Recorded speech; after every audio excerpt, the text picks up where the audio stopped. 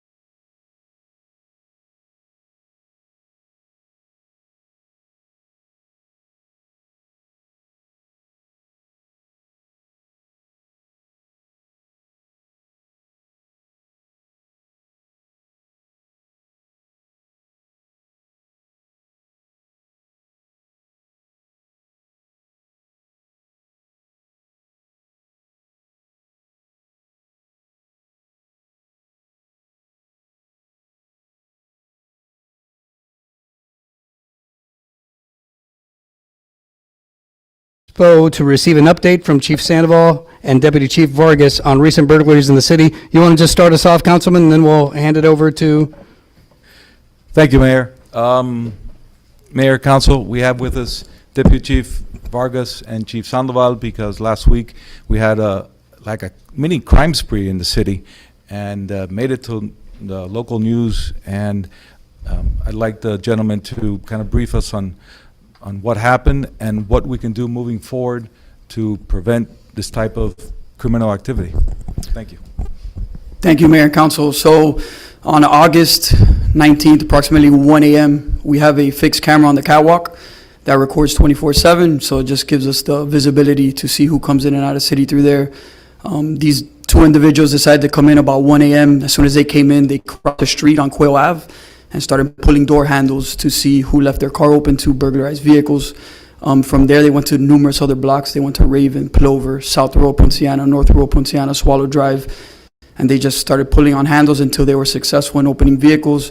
They burglarized about 17 vehicles. In that process, they also removed a firearm from one of the vehicles. And before they left the city, probably the only reason they left the city is because two vehicles were left with the keys inside, at which point in time they turned the car on and they stole two vehicles, one Jeep Wrangler and a Honda Accord.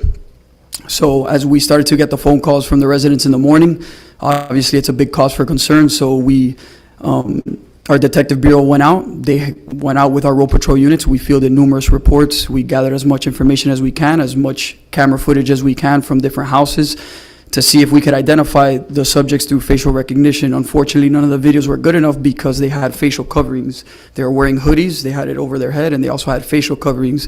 So when they have those type of things, the facial recognition softwares that we use do not work, unfortunately. They cannot identify. So we're kind of coming up empty-handed. Because they came through the catwalk, we figured that they were somewhere in West Hialeah. So the detective bureau went out there, all 4 detectives and their lieutenant, and they started scanning the area for about 2 hours. Thankfully, we had a breakthrough. They found the Jeep Wrangler backed into a garbage can there right over West Hialeah on 7th Street and 1st Ave. And when they found that, it was unoccupied. Down the street, another detective was able to identify the other vehicle that was stolen from our city, which was a Honda Accord. So we sat on both vehicles. We deployed numerous resources over there.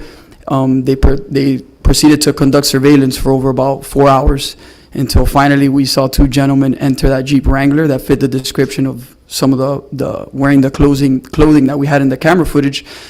And we followed them from the house. Hialeah PD and Florida Highway Patrol's CIU team was there with us. So they initiated a traffic stop with our detectives. Both subjects were taken into custody, and that's when the real work starts. So from there, we began to question them. Our detective Pacheco did an amazing job interrogating the juvenile and the other subject. One of them was 22 years of age. The juvenile was 16 years of age. After interviewing both subjects, he got a full confession, and we also identified not only our firearm, but 6 firearms that they had stolen. So before coming into our city, they burglarized about 3 vehicles in Hialeah, where they removed 5 firearms from Hialeah. So they had a total of 6 firearms. At the time that they came into the city, they did have those firearms on them. So obviously, that poses a big threat to our community. So once we took them into custody and the questioning began, we got a full confession. We did get consent to go into the house from the parents, where we located all 6 firearms that were stolen the night before, and they were returned to the rightful owner. Both vehicles were returned to the rightful owners, and we closed out 17 cases and generated 34 arrest affidavits on these 2 individuals. So it was a great job by not only our road patrol units, our detective bureau, and everybody involved. We want to thank Hialeah as well. They're always a great helping hand, and Florida Highway Patrol was with us as well. So collaborative team effort, and we put 2 thieves away that did some damage in our city in less than 16 hours. So that's the commitment that we have to the residents, and at all costs, whenever something like this happens, we will deploy whatever necessary to get the end result that we want, which is the property back to our residents and for them to serve whatever consequences they have coming their way. So needless to say, we should make sure we're leaving our cars or vehicles locked. Yes. And please don't leave a handgun, a firearm in the Yes. car. Chief, what can we do to prevent this from happening again? Is there some type of surveillance we could do? I've heard some comments from saying, oh, the catwalk is too dark.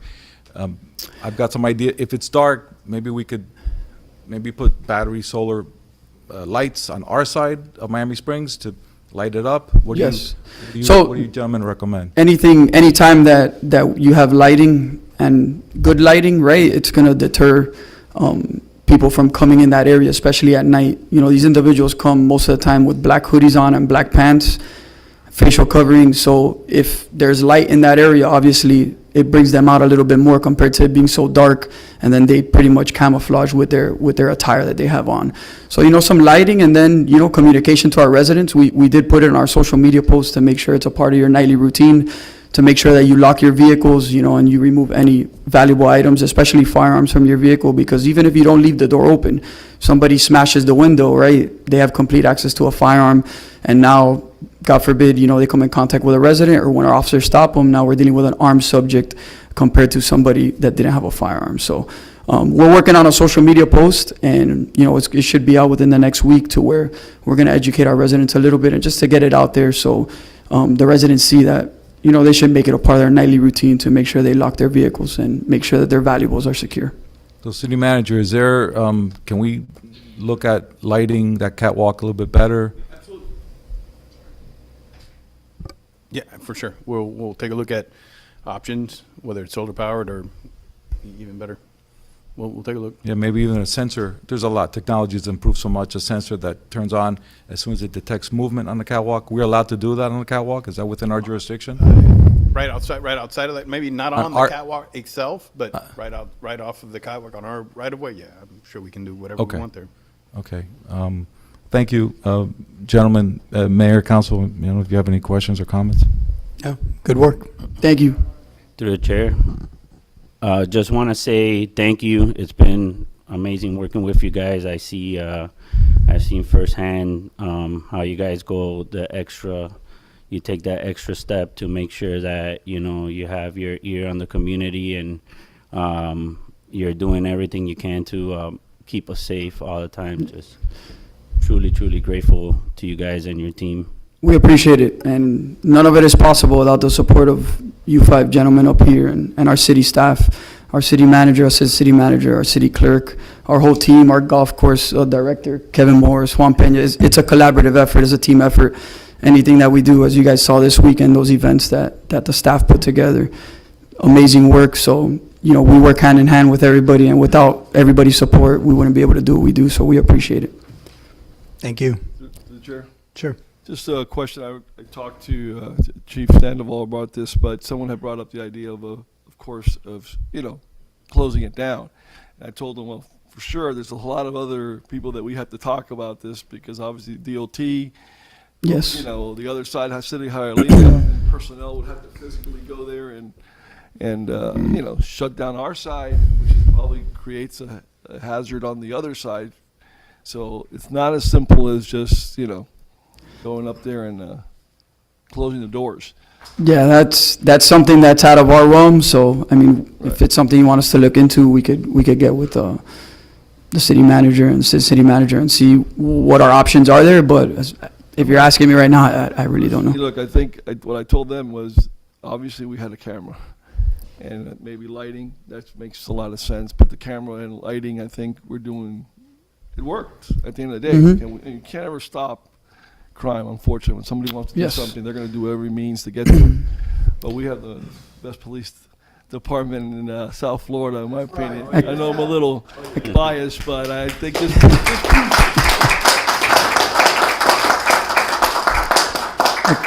I could be biased, but I agree with you, sir. From top to bottom, and not only our police department, we got the best parks and rec, the best golf course, the best public works. We got the best of the best here in Miami Springs, so we protect it at all costs. say it, best town in all of Florida. Oh yeah, number one. And from where I see it, I think other police departments will agree as well, because I see how their willingness to work with you all the time. That's great. I love to see the teamwork, the collaboration between other departments and you guys. Absolutely. Networking in our profession is huge. Being able to contact those agencies and them come right away and help us out, is big. So we appreciate it for sure. Thank you guys so much again. Thank you. Appreciate it. Thank you, guys.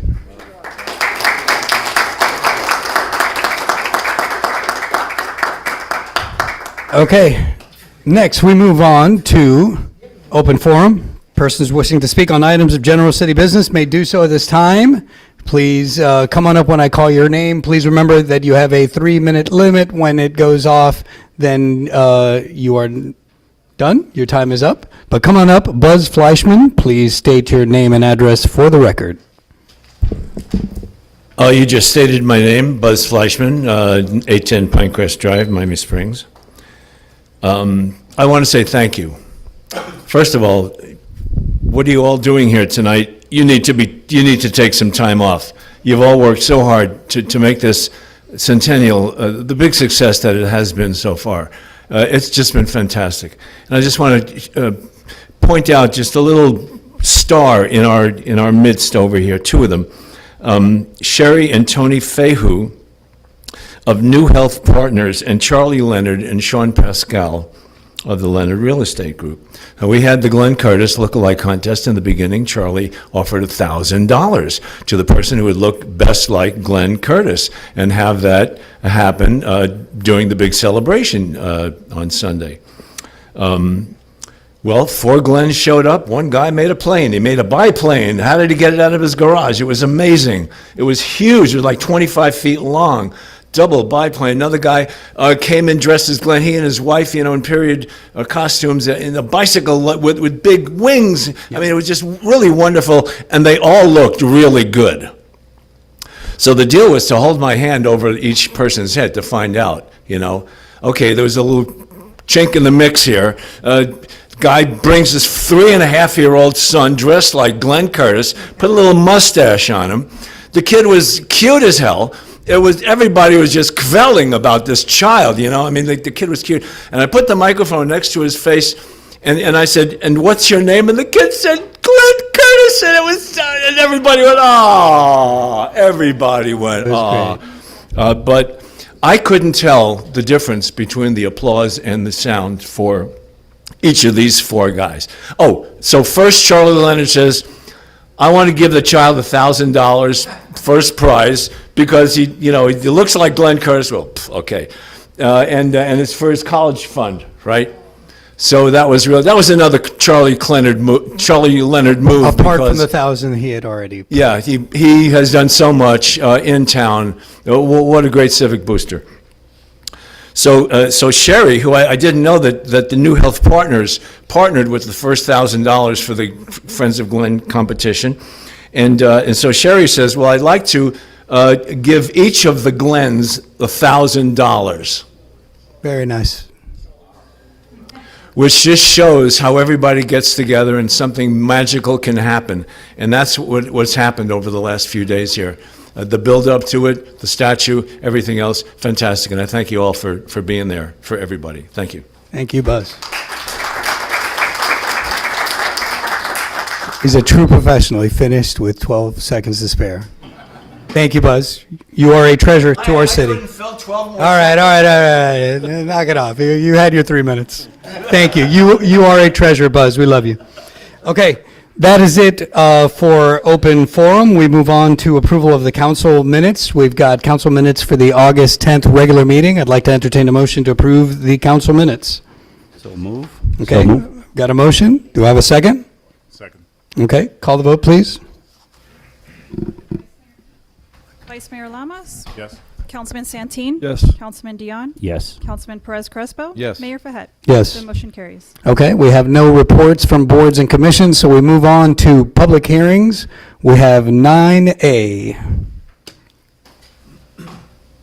A resolution of the mayor and the city council of the city of Miami Springs, Florida, approving with conditions, denying a variance application by Raul and Ibis Cruz Alvarez for the property located at 381 Deer Run, folio number 05 there should be a 31190102200, to permit an 8-foot front yard setback where a 30-foot front yard setback is otherwise required, providing for conditions, providing for final order, providing for violations, and providing for an effective date. Okay. Mr. Mayor, if I may read Go a ahead. quick quasi-judicial statement. Today, the City Council, sitting as the Board of Adjustments, will hold a quasi-judicial hearing on the variance application that Erica just read relating to 381 Deer Run. The City Council may grant, deny, or grant with conditions the variance application. In rendering a decision on the application, the City Council will adhere to quasi-judicial hearing procedures, which require the City Council to base its decision on the applicable law after considering the evidence presented, whether such evidence is presented by the applicant, city staff, or members of the general public. The evidence to be considered by this city council in rendering a decision must be substantial, competent evidence. This means testimony or other evidence based on personal observation or relevant expert testimony that a reasonable mind would accept as adequate to support a conclusion. It is not a popularity contest. It cannot be based solely on non-expert opinions, no matter how fervent those opinions may be. Excuse me. Everyone who wishes to speak on the items will be given an opportunity to speak during public comment portion of each application. If you intend to provide testimony, you will be sworn in shortly by the city clerk. Please know that if you decide to speak, you may be subject to cross-examination. If you refuse to either be cross-examined or to be sworn, your testimony will be considered in that context and given its due weight. The general public will not be permitted to cross-examine the applicant or staff or other witnesses. At this time, Ms. City Clerk, if you would kindly swear in anyone who will be providing testimony. Anyone speaking on this item, please stand. Raise your right hand, please. Okay. Do you swear or affirm that the testimony you're about to give is the truth? Yes. Okay, thank you. Mr. Mayor, I turn the proceedings over to you. Okay. All right. So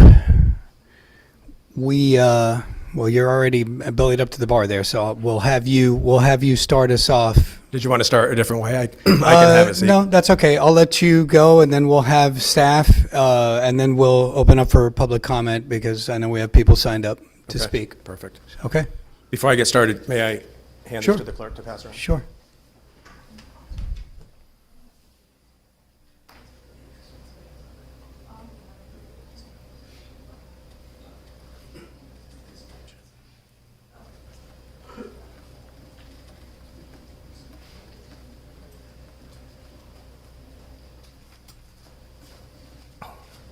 Thank you. And I do know that the applicant has a presentation that we're loading up right now. Thank you.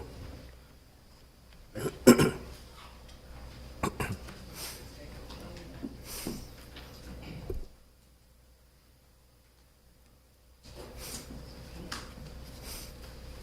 right, take it away on behalf of the applicant. All right. Thank you, Mayor, Vice Mayor, members of the council. For the record, my name is Jeffrey Flanagan. I represent the applicant. My office is at 3399 Ponce de Leon Boulevard in Coral Gables, Florida, 33134. So we're treating this as a quasi-judicial hearing, although I know 2 weeks ago you did end up getting into some of the substance of what the request was. So I will try to make sure I put the full record forward, but at the same time, thank you. At the same time, be brief in the interest of efficiencies. So the application before you, as you know, is for a variance for a carport, and it's a variance of the setback in the front setback. Your packet for tonight has your full staff report. They've done a detailed review of the request, and they agree that the variance request complies with 4 of your 5 criteria required by your code for granting a variance. The Board of Adjustment recommended denial on a 3-2 vote. I know at last meeting, I think it was stated it was a 4-1 vote, but I just want the record to be clear that it was 3-2. The one criteria that's at issue, I'm not going to discuss criteria 2 through 5. That's in the staff report. It's been determined both by staff that those criteria have been met. So it's criteria number 1, which is the hardship item, that is really, I think, the one at issue. Their analysis is that external factors should not count towards meeting the requirement of a hardship, and it should be the configuration or uniqueness of the property. Apparently, and unfortunately at the Board of Adjustment, the photographs of errant golf balls and a receipt for the damage to Mrs. Cruz Alvarez's vehicle weren't available. Okay. Madam Clerk, which button do I push? Right?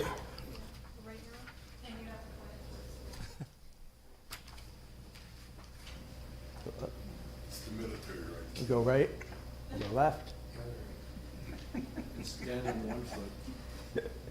Down. I was going to go to the first slide, but You also have paper copies in front of you. So we have photographs of the golf balls. We have photographs of golfers looking for those golf balls. And what we have tonight, I think, will show that the property configuration, well, actually, the property configuration and external factors are both important components to include in the analysis. I can just say next slide. Okay. So, I'm sure you're familiar, 381 Deer Run is located in close proximity to the tee box of the 5th hole of the golf course. Deer Run, starting at its beginning where it intersects with Hunting Lodge Drive, and then going southeasterly towards 381 Deer Run, is very linear and straight. When you approach the property at 381 Deer Run, that's when the point of curvature of Deer Run starts, so that Deer Run then runs in a southerly direction. This curvature does two things. Somehow it exacerbates the ability of golfers to slice their drive and to land the golf balls in the Cruz Alvarez's yard and driveway.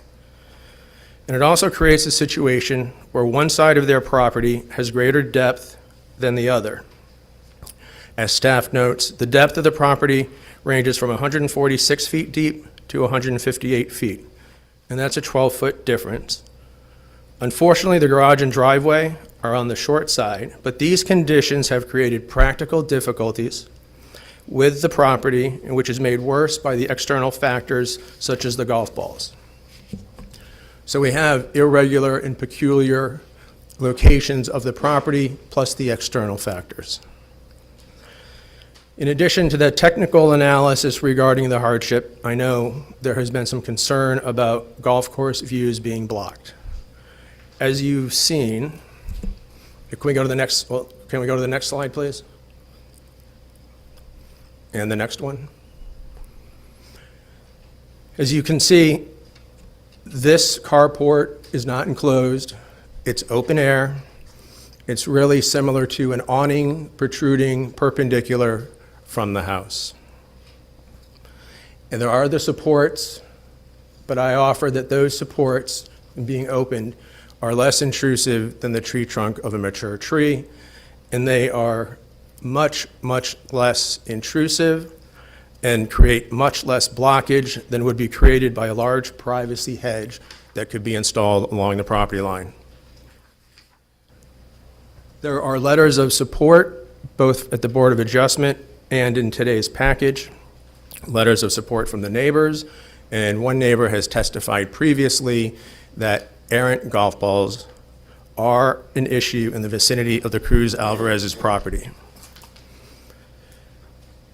Also handed to the clerk was a copy of the receipt for the $6,000 plus damages to Mrs. Cruz Alvarez's vehicle. I know that was discussed